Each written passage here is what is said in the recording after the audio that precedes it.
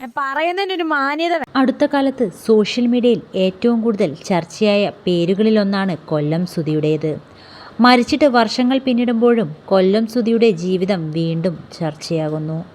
കൊല്ലം സുധിയുടെ മരണശേഷം ഭാര്യ രേണു അഭിനയരംഗത്തേക്ക് കടന്നു വരുന്നത്. വിവാദങ്ങളുടെ നടുവിലേക്കാണ് രേണു സുധി ഇന്ന്. രേണു സോഷ്യൽ മീഡിയയിൽ നിറസാന്നിധ്യമായതിൽ പലർക്കും നീരസമുണ്ട്. കടുത്ത അധിക്ഷേപങ്ങളാണ് രേണുവിന് നേരിടേണ്ടതായി വരുന്നത്. കൊല്ലം സുധിയുടെ സുഹൃത്തായിരുന്ന നടൻ തങ്കച്ചൻ വിതുര കൊല്ലം സുധിയെക്കുറിച്ചുള്ള ഓർമ്മകൾ പങ്കുവയ്ക്കുകയാണ്. തങ്കച്ചൻ വിതുര സുധിച്ചേട്ടനുമായി 30 വർഷത്തെ ബന്ധമായിരുന്നു. ഇന്നും ഇന്നലെയുമുള്ള ബന്ധമായിരുന്നില്ല.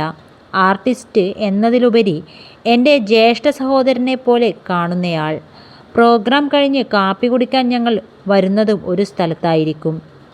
നല്ലൊരു കലാകാരനും കൂടപ്പിറപ്പ് പോലെ കണ്ടൊരാളും പോയതിൽ ഉള്ളിൽ വിഷമം തന്നെയാണ്.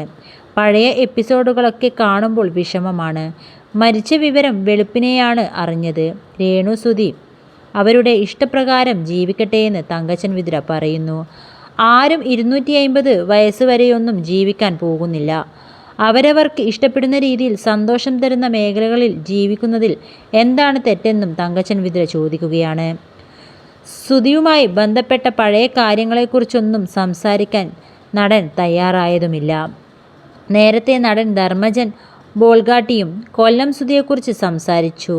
സ്റ്റേജ് ഷോകൾ ചെയ്തിരുന്ന കാലത്ത് കൊല്ലം സുധിയെ താനാണ് എറണാകുളത്ത് കൊണ്ട് വന്നതെന്നും അന്ന് ധർമ്മജൻ പറഞ്ഞു.